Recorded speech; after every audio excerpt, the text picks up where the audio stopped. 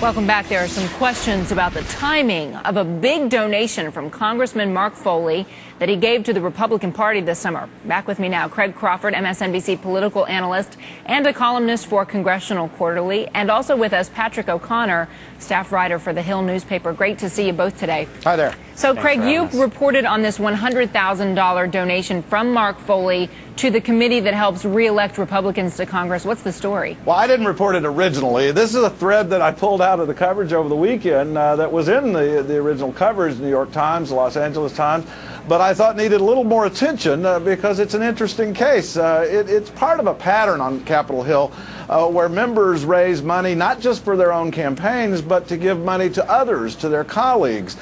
So that's kind of a common practice in both parties. What was unusual here was how large this contribution was and when it was made. Tom Foley gave $100,000 to the campaign arm of the House Republicans, the National Republican Congressional Committee, at about the time when they were deciding to ignore these emails, this first round of emails they saw, maybe a couple months after they first knew about this.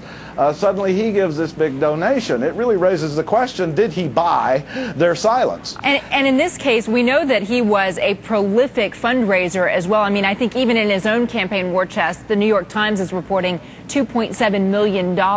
So is it possible, do you think, Craig, in this point, that there's just a lot of money to be donated, contributed?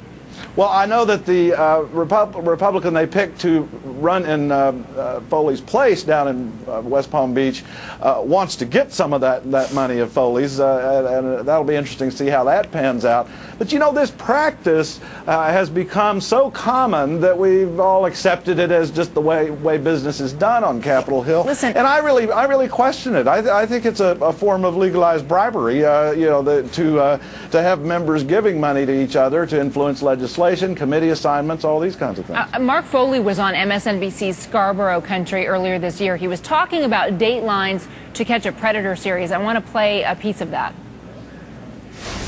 Hopefully more people will be forewarned. More parents will be taking advantage of the chance to talk to their kids, instructing them about the dangers of the internet, and certainly more people that have seen this segment that may be thinking about interacting with a child may go ahead and get mental health counseling. Patrick, what do you think? Do you think that this story would be so big without the hypocrisy?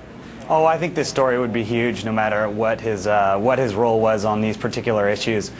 You've got, you know, an alleged cover-up.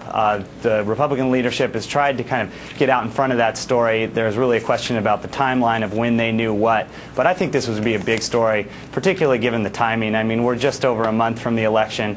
There's been rumors of cultural corruption, or the Democrats have been attacking Republicans in the House on this culture of corruption charge for the last 2 years. I think this was going to be an issue no matter what his role was relative to children's issues. If only Dateline had had a townhouse on Capitol Hill, Contessa. Just imagine.